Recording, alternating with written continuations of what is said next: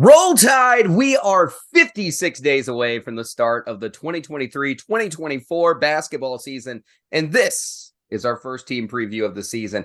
Alabama came in last year and dominated the SEC after being considered a dark horse by so many people last year. Brandon Miller took the conference by storm, and Noah Clowney was one of the best surprises of the year. But it's time to turn the chapter and enter a new year for Nate Oats. Maddie, obviously the season didn't end up quite like Tide fans wanted, with not making at least an Elite Eight to tie the school's all-time best performance in the tournament. But I don't think you can deny what Alabama did last year. SEC title, SEC tournament title, Sweet 16, and 2 NBA first-round picks. How do you view the Tide coming into this year? You were big on them in our preseason top 5. I think it's going to be a little disappointing for Alabama fans, kind of like a hangover season, because they just had so much going for them last year. But I think there's still a lot of talent and a lot of pieces that Coach Oats is going to put together to make this team successful this season. I couldn't agree with you more. I do think it's a little bit of a pullback, but it's still going to be an extremely fun year in Tuscaloosa. Well, today we're talking with Jordan Harper from Rivals, who covers the Alabama Crimson Tide, and getting his thoughts on the Tide this year. Let's get ready for a deep dive into the Tide, if you will, because that's what we're talking about today on the Hoop Southbound Show. The Tennessee Volunteers are going to the Sweet 16. Florida takes its place in history. Back-to-back and unforgettable. Three-pointer on the way, no good. Falls with the dunk at the buzzer. It goes, and Arkansas wins. And the Kentucky coronation is complete.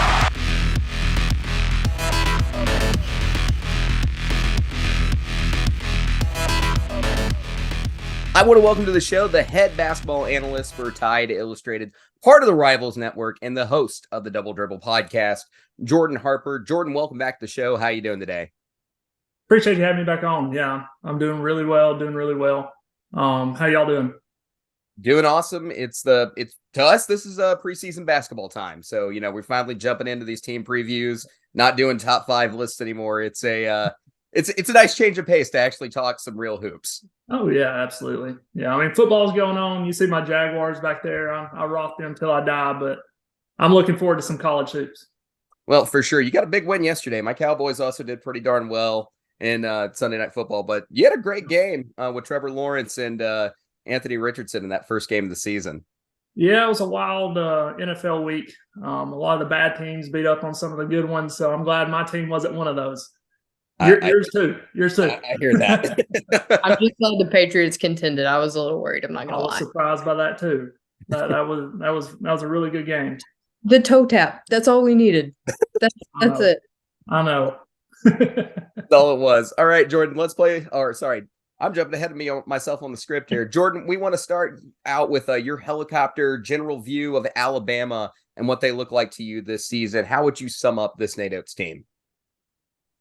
It's going to be different, mainly because you've had those stars in the past, right? You've had Brandon Miller last year, and even Noah Clowney got first-round pick. You had Kyra Lewis. You had Herb Jones, multiple first, early second-round picks that you knew were going to be the staple of that team. And this year, you've got a lot of transfers. You had a lot of turnover. You had probably the guy that's been there the longest, Javon Quinterly, leave. So now probably the most veteran guy on this team is Mark Sears, and he just got there last year. So you got him, Nick Pringle, and a bunch of freshmen and sophomores. So, you got several transfers we'll talk about here in a bit. But it's going to be different. There's not – who's going to be that leader this year? Or is it going to be by committee? So Nate Oats and his new staff, nobody's really talking about that, but everything's new. So, yeah, it's going to be very different, and I'm excited to see how it plays out. You know what? We didn't even mention that in the intro when me and Maddie were before you jumped on here. Yeah, you're right. It is an overhaul in the coaching staff as well. Do you want to go through those changes real quick?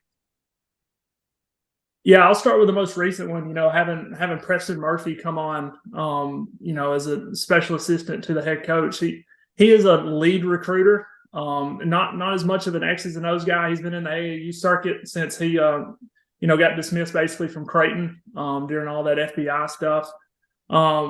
but got multiple head coaches on the staff that are used to be head coaches. So you're going to have a lot of veteran leadership. Ryan Pannone is a head coach overseas. He's been an assistant in the NBA. Austin Claunch was probably one of the up-and-comer guys in Division I in terms of potential Power 5 head coaches from what he did down south. So it's going to be different. Nate Oats has got his hands full in terms of building a team that's going to be live up to expectations to what fans are putting up there now. Yeah, expectations have risen significantly. I'm glad that you brought up the coaching thing because we can get tunnel vision so easy when you're talking preseason basketball about the roster, the schedule, those kind of things. Not even thinking about like the bench has changed from a coaching perspective as well. Let's play a little game of buy or BS here. I know I said these to you earlier, so I'm interested to hear your responses to some of these. First one I got, talking about one of the transfers, Aaron Estrada will be a top 5 transfer in the SEC. Are you buying or is it BS? I'm buying just because I think he's the best overall player on the team. And I think he's probably going to be the catalyst to take them where they want to go. Mainly because he's very seasoned. He's 2-time CAA Player of the Year, averaging 20 points a game the past 2 years. I mean, volume scorer, decent defender, and he's a good playmaker. That's something that a lot of people don't realize about him is he did score a lot at Hofstra, and he had the talent to be at Oregon. So obviously he's got the talent. He just, a lot of times it's just not a good fit. But I think he's going to be an excellent fit for Alabama. It's a guard-oriented offensive system. So I think he's really going to thrive. I was going back and forth on if Estrada would be top 5 or would Grant Nelson be top 5. And I'm like, they could take away from each other. But overall, I think Aaron Estrada will. I mean, you got some great transfers in Tremont Mark, Denver Jones, Jalen Cook, Khalif Battle, to name a few. So it's going to be tough sledding, but I think in this system and the guards that Nate Oats has put out, his size 6'3", he's gonna fit in really well and probably average, I would think, 17, 19 points a game. I kind of had that same kind of back and forth that you had mentioned, Jordan, and I'm going with BS just because I think, everybody's going to buy in here to Grant Nelson being the top transfer at Alabama. Even though I think Estrada is going to be a fantastic get for the Tide, I think Grant's going to overshadow him just a tad.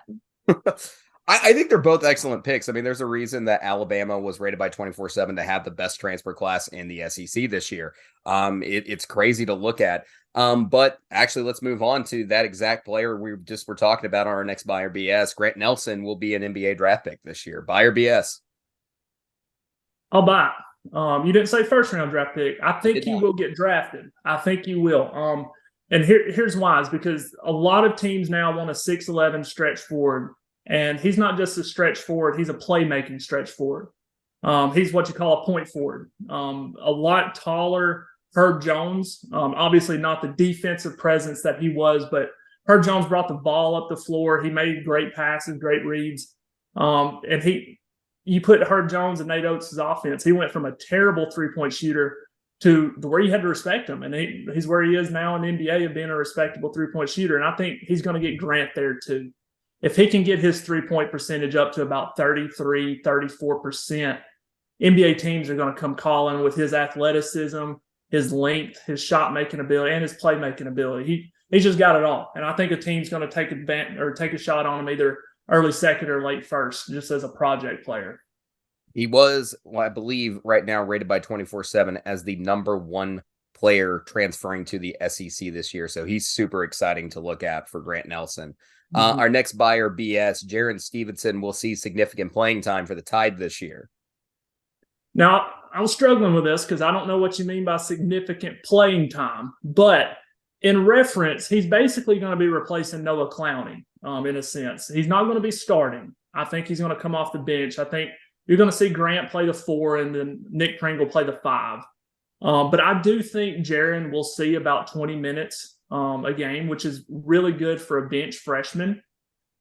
Just because with the departure of Charles Bediako, they need front court depth. They went out and got Muhammad Wagee from West Virginia.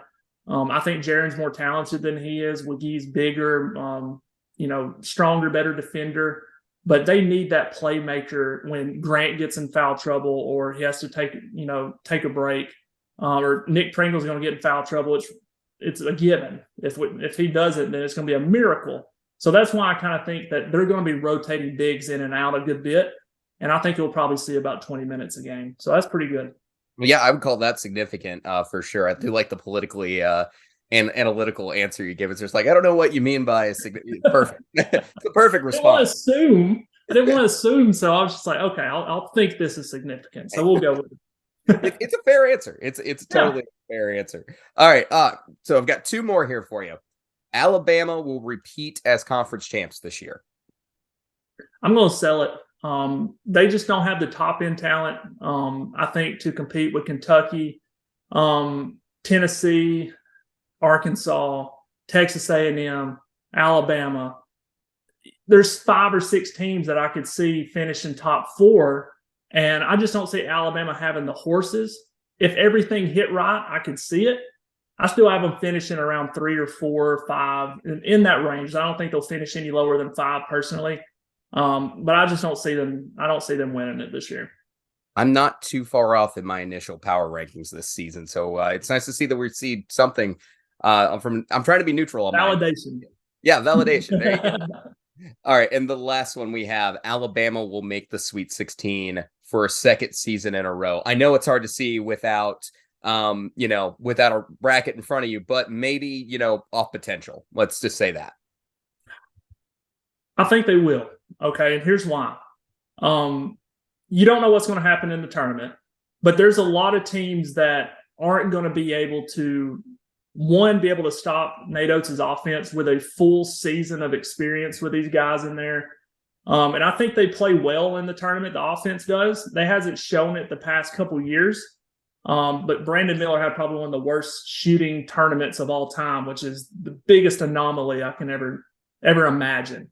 But I think with as many guards as they have that are playable, rotatable, good guards, that's what wins in March. And all you need is 1 or 2 good big guys. And I think they have that.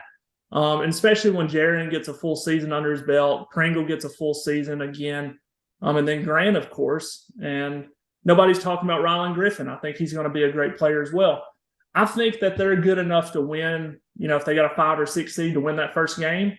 And barring an upset, that second game of, in 3 days is a toss-up anyway. I think they would be able to shoot well for 2 games in order to make the Sweet 16. I like it. That's actually that's a fun pick. I kind of thinking similarly to you on that. All right, let's go through the roster for this Alabama team. Let's start with the players that we've all got to watch this year for the Tide. Jordan, I'll let you go first. Who is your player on this Tide roster that you think Tide fans need to pay a little extra attention to? Well, it's a guy that showed flashes last year, took over a few games and kind of disappeared some, but that's a freshman, and that's Rylan Griffin. I'm really, really high on him, 6'6", 6'7". I think he grew an inch over the summer. He's gotten a lot bigger. His vertical's up over 40 inches. He's a really athletic kid and showed that he can really score the ball. He showed it against Auburn, where not only did he score well, he also made great defensive plays. And I think that's where he's going to make a big jump. I see him getting into the draft territory with a good season this year, just because of 1, his measurables. 2, he's a 6'6" guard that can handle the ball and shoot probably around a 38% clip when he gets enough opportunities. And he's just a great hardworking kid, and I think he's going to put in the work in order to get there. So I think he could end up being one of the unsung heroes, and probably I would say the X factor in terms of Alabama making a run, because you have the guys like Sears and Grant and Estrada that's going to get all the attention, but you got to have somebody play that 3 spot. And he's the only guy that really fits that mold to really play it to what Nate Oats wants. I like it. Maddie, your pick? So my pick for this year is going to be Latrell Wrightsell Jr. And I think that's a name that should be on every Alabama fan's radar going into the season. He's a pretty talented transfer from Cal State Fullerton. He's got a great touch for the offensive game, and I think he's going to give the Tide a boost in range, buckets, and spacing with his aggressive style of play with bigger players. My pick is actually Mark Sears. I'm really interested to see how he grows from year 1 to year 2 under Nate Oats. Obviously, he was very talented, got close enough to get some NBA attention last year. He played in the G League elite camp along with Charles Bediako. Super talented player. And to me, I felt like he was kind of the glue guy for the Tide last season. I want to see if he is going to be that dude in the backcourt for the Tide this year. I think he can be, and I think he will be. And I think the Tide fans are going to love this dude at the end of the year more than they already do. All right, let's take a look at the front court for the Tide. Obviously, the star of the front court is North Dakota State transfer Grant Nelson. But the other guys are going to be, asked to take on significant roles, I feel like, for this season. How do you see the Tide front court, guys?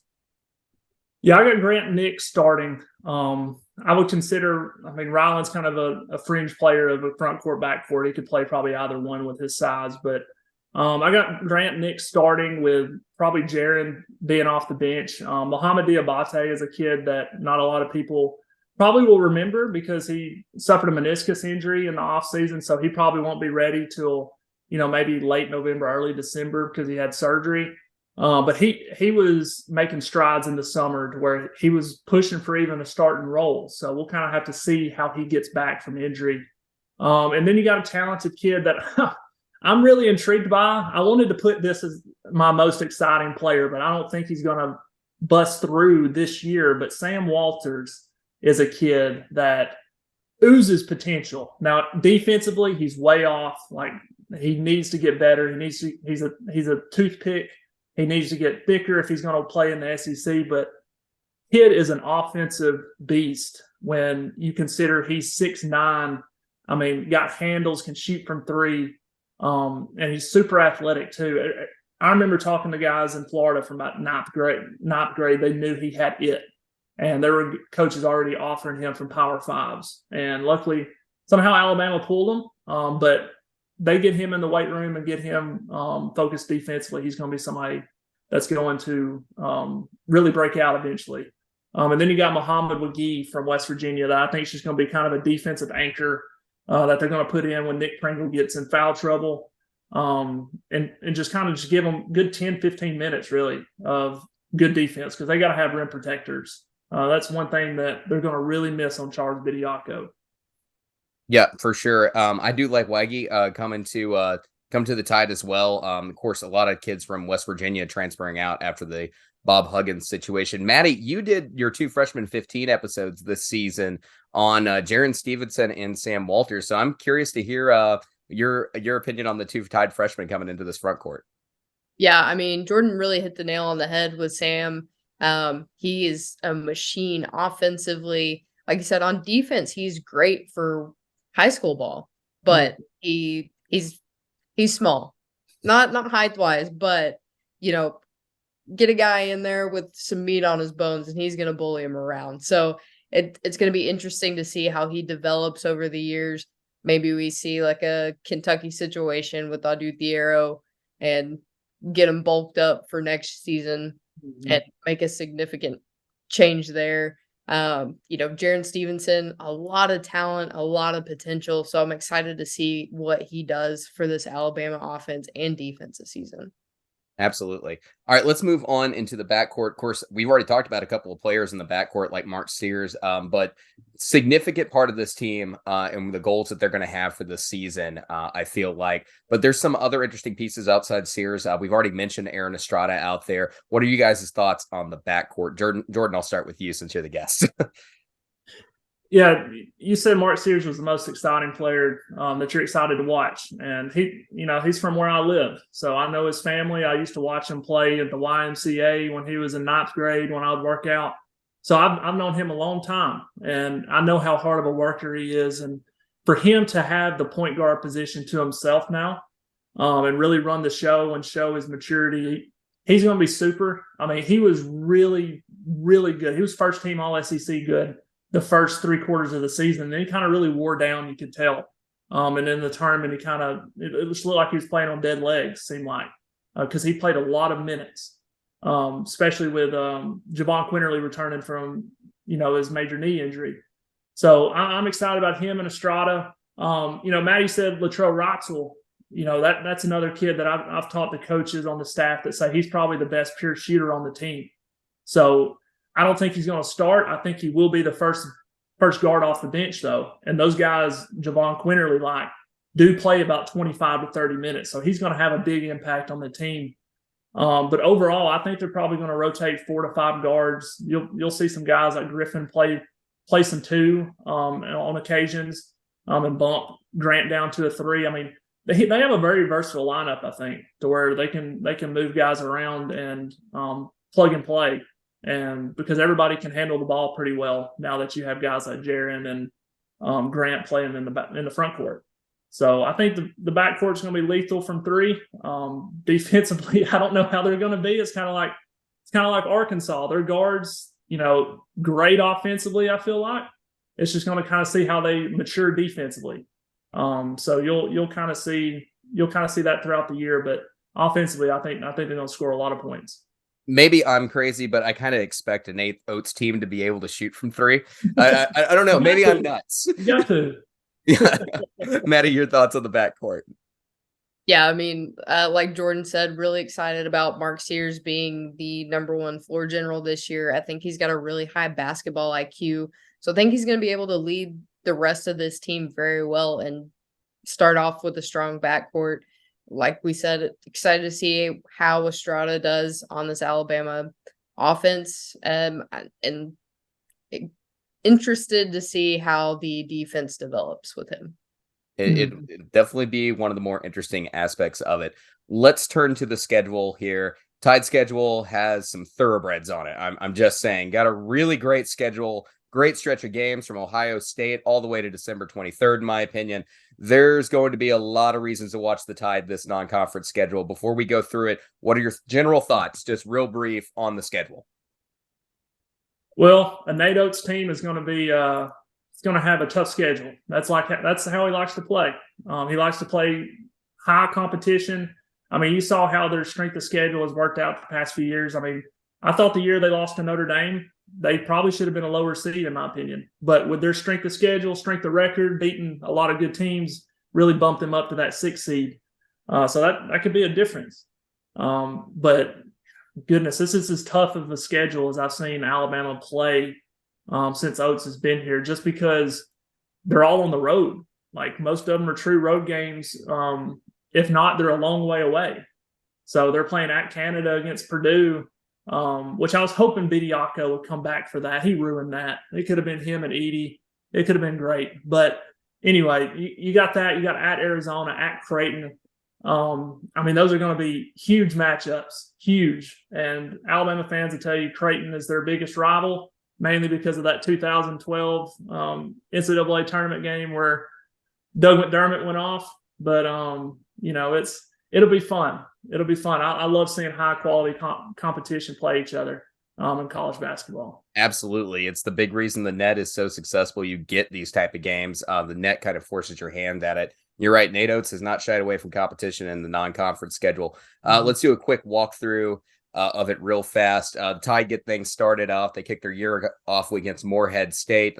Then they got Larry Bird's alma mater against Indiana State, followed up with South Alabama and Mercer. Do you guys see any bumps in the road at this point in the schedule?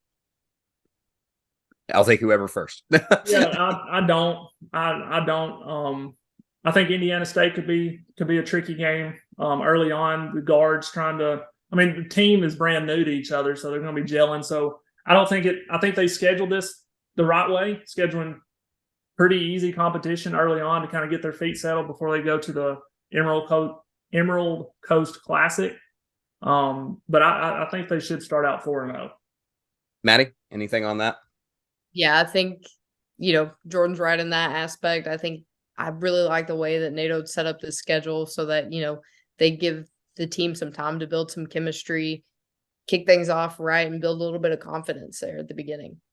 All right. So this is where the fun begins. Ohio State is the first big boy on Alabama's schedule. Ohio State, decent opponent. Chris Holtmann is going to want to give the Tide a fight. Neutral site game, I do believe, for the Emerald Coast Classic. How do you guys see this opening matchup? By the way, I don't completely get how the Emerald Coast Classic is set up with some of these games. It kind of drove me nuts trying to understand it. Yeah, I didn't either. Once it came out, I was very confused. But no, I think Alabama should handle Ohio State. I just think they're more talented overall. I mean, Chris Holtman's done a great job at Ohio State, and they'll still have a pretty solid team. But I think Alabama's offense and talent will probably take over. Maddie? Yeah, from what I know about Ohio State, the last few years, it seemed like they didn't defend well around the perimeter. And with a Nate Oats special, you're going to have people able to shoot threes like raindrops coming down in a storm. So should be fine with Ohio State. Jordan, what's your thoughts on the Emerald Coast Classic? How do you think the Tide fare? I think they fare really well. Just looking at the teams that are going to be there, I was kind of disappointed with the teams that got selected, but it is what it is. I guess I got spoiled last year playing North Carolina and those other teams. It's such a great venue at the Phil Knight, but I think Alabama's going to fare really well with Ohio State and Clemson. When the PK comes around, it's always a great time to watch basketball. Love it. The PK. All right. Yeah. So the Tide, then we turn to Clemson in the ACC SEC Challenge. Tide fans weren't really thrilled with this draw, but in the event, Clemson did not play bad basketball last year. How do you guys see this game coming out? I would expect the Tide to do pretty all right in this game. Yeah, I think they do too. Just looking at Clemson's roster, it's been a while since I've looked at them. Like, I don't see how Alabama doesn't win that game. I thought the SEC ACC challenge could have gone a lot better. I love a few of the games, and then the rest of the games I was very disappointed with. They could have gone so many different ways with that, and I don't know the logistics of scheduling those, but I think they could have done a lot better. And I was very disappointed we have Clemson, because we play Clemson in football all the time. We play them in basketball. We played them basketball, I think, 3 or 4 straight years back with Anthony Grant, and it was so disappointing. So I was kind of disappointed they were playing them, but I think they'll end up beating Clemson. I think the football part was part of probably the attractiveness of the draw there. When they would put that together. Football rivalries out of basketball. Yeah, it doesn't work that way. It just doesn't work that way. It doesn't. All right, let's keep it rolling here, because we do have a nice little blip of a mid-major that's coming up in the middle of this. Tide get a break from this, and they're going to go play Arkansas State in Tuscaloosa. But it doesn't get less interesting, because Nate Oats is facing one of his old assistants in Brian Hodgson. Do you see this game as a problem for the Tide, maybe a point of pride for Hodgson, or do you think Tide just roll in this one? Yeah, I think they roll. Arkansas State has been pretty bad. I'm from Arkansas. Yeah. They've been pretty bad. Brian's got his hands full, but I love Brian. I've talked to him since he got to Alabama, and he's a really good dude, and I think he'll bust his tail to get him to where he wants to be. You got to get the guys in there, and that takes a couple years, especially being at a lower school. But I don't think Alabama slips up with Arkansas State at all. Yeah, I would agree with that one. Secret to success in Arkansas for these mid majors, you got to win Little Rock. That's a big part of the recruiting battle around here. Yeah.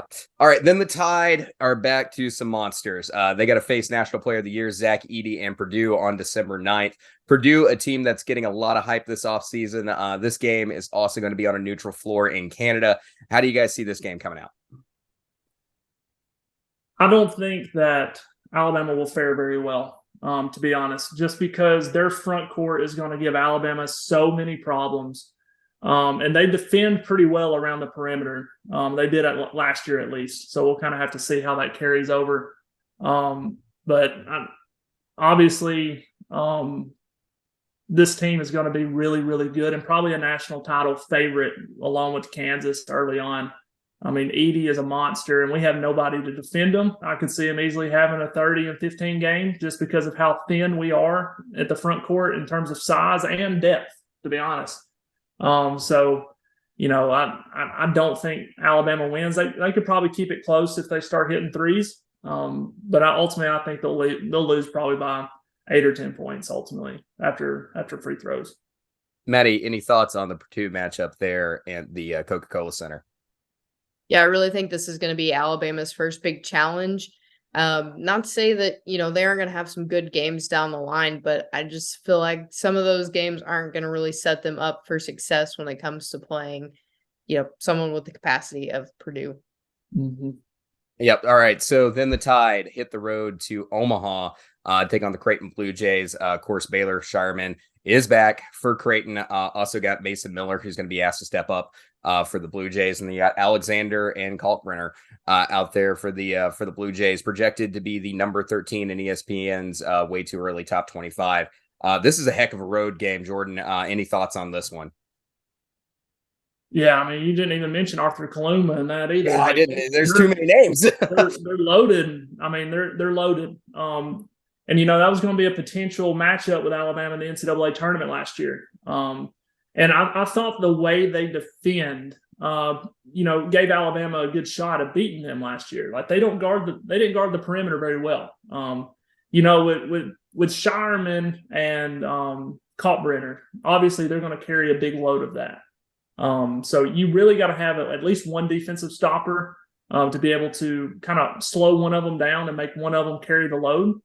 But I ultimately think that Alabama may pull this one out just because it's going to be a high-scoring affair, and that's the kind of game that Alabama wants to play. And Nate Oats probably tell you different. He'd like to keep it with a 70, 80, but shoot a lot of shots because he don't want to say their defense is giving up a lot of points. But it will this game.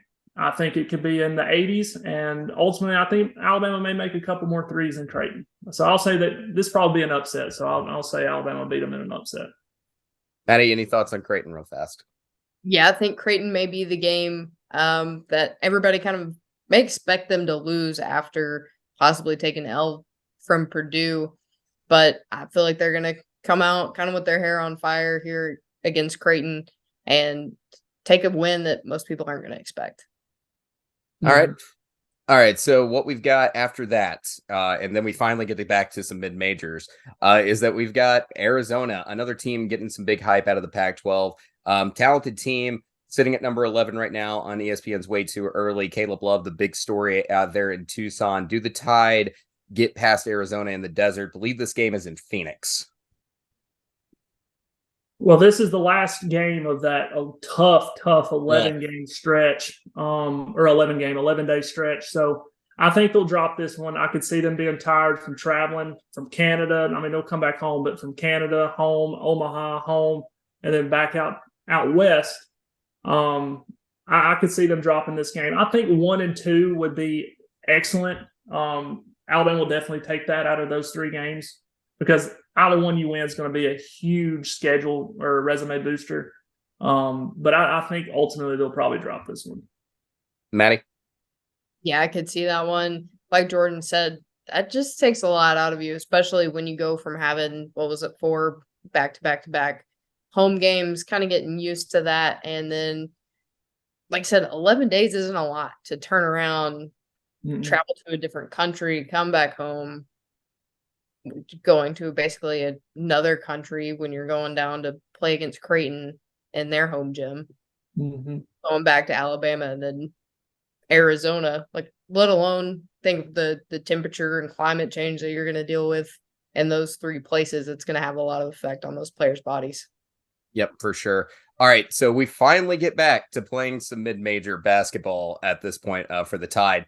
They got Eastern Kentucky, Liberty, and that's how they're wrapping up their non-conference schedule. Any thoughts on these? I will say that right now, Eastern Carolina is a team I'm keeping my eye on to pull some upsets this season. So I hope the Tide aren't sleeping through that game.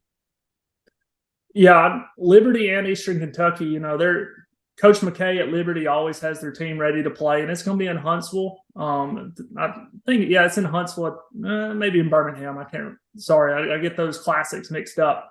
But it'll be kind of a neutral site, home game for Alabama. So they tend to struggle at those for some reason. I don't know if y'all remember Avery Johnson when they played in Birmingham every year. They seem to lose, whether it be to Texas or they lost recently to Winthrop, I think a couple years ago in Huntsville. So they tend to struggle in those games for some reason, but Coach McKay had them ready. And Eastern Kentucky, like you said, both from the A-Sun, ASUN's a pretty good basketball conference. They got some good transfers that typically transfer out of Power Fives to get good playing time. So I think they'll still win both of them. But even coming off that long road trip and it's around Christmas time, I mean, you never know what happens in those. Probably small crowds, so anything can happen in those games. Christmas can be a weird time in college basketball, especially after you come off playing a lot of tough opponents. Yeah. It's an easy opportunity to fall asleep with some crowds that may not be what you're used to playing in front of. All right, let's move on to conference play real fast. So I'll break this down really fast here. They got Auburn twice. They got Florida twice. They got LSU twice. They got Miss State twice. They got Tennessee twice. Then you got Arkansas at home, Missouri at home, South Carolina at home, and Texas A&M at home. And then your road games are Vandy, Kentucky, Georgia, and Ole Miss, who's been really curious here of late for what they've got going on. Thoughts on the conference schedule, guys? Well, I'll hop in. I mean, I think it's kind of favorable.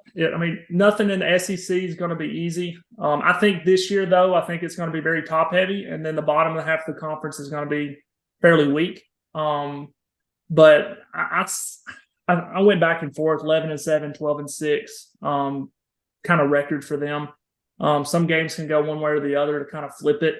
But I think ultimately, they'll split the rivalries between Auburn.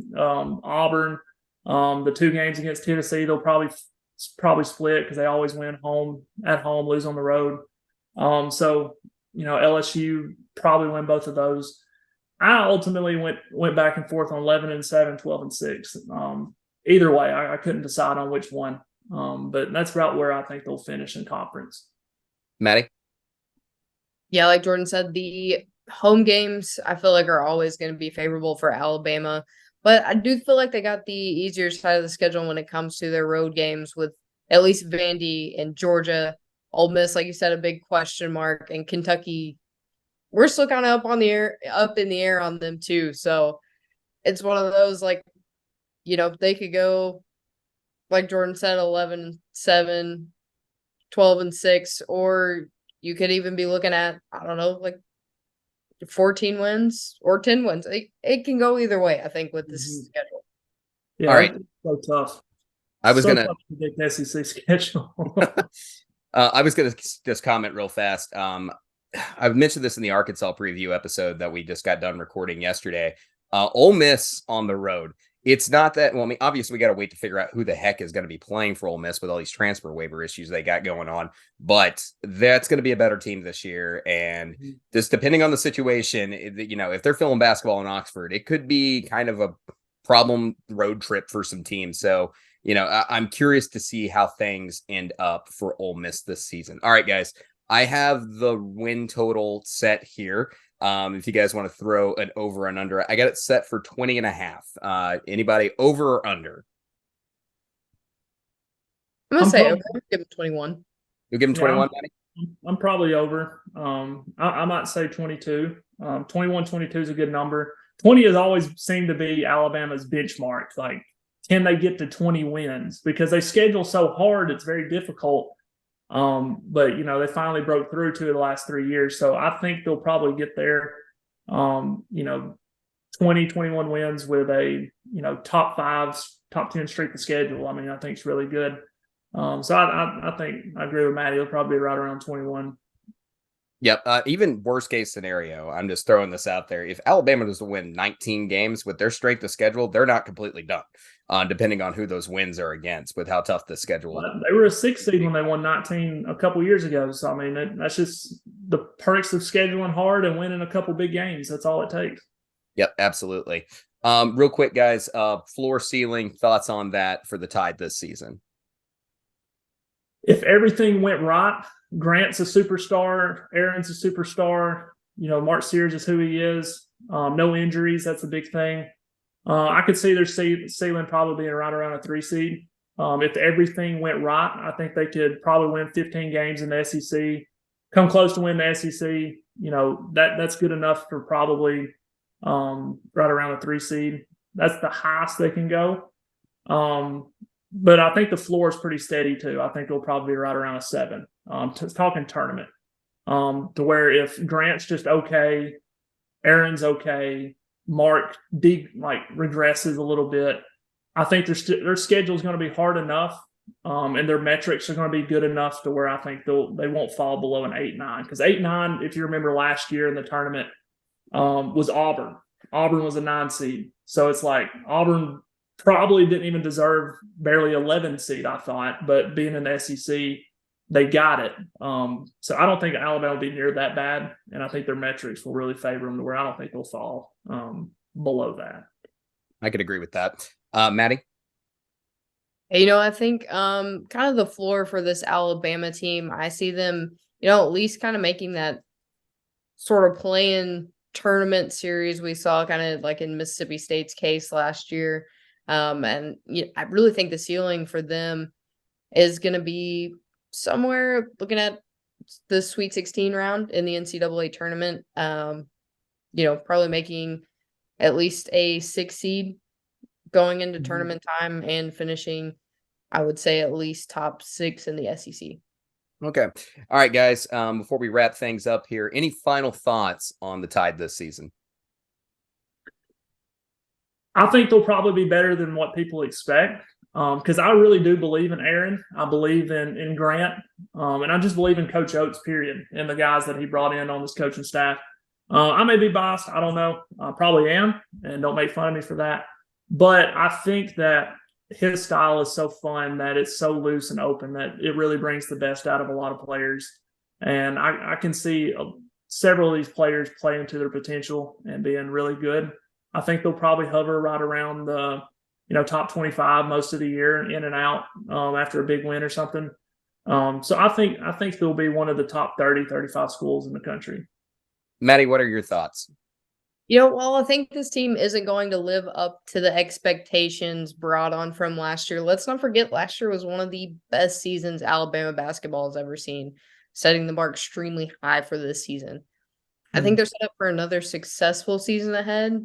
I think with Nate Oats' talents as a top SEC coach, the returning talent in Pringle, Griffin, and Sears, and the new additions with the transfers we discussed, and a lot of the talented freshmen coming in, I think Alabama is going to have a solid chance to stay a household name in college basketball.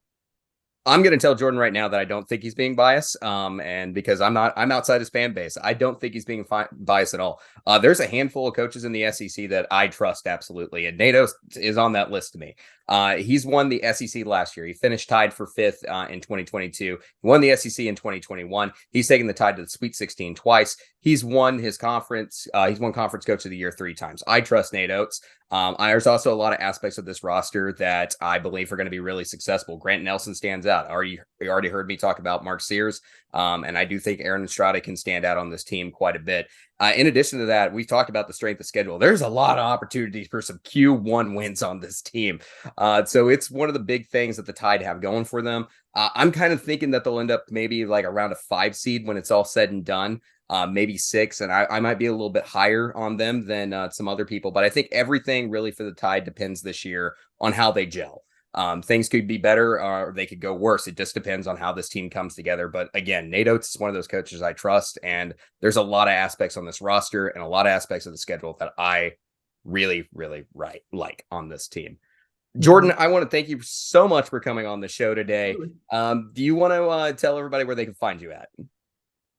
Yeah, I'm on the X right now at Harper Nation 24. At Harper Nation 24. I have an Alabama basketball podcast that I'm about to kick back up probably in October, called the Double Dribble Podcast.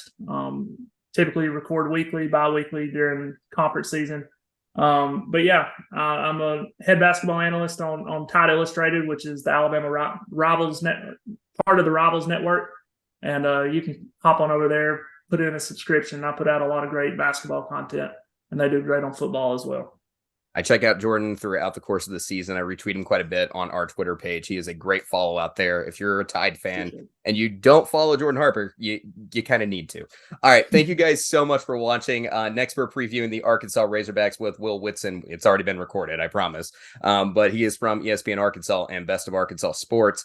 You don't want to miss it, so please like and subscribe to the channel. We're talking more SEC basketball every week. Thank you guys so much.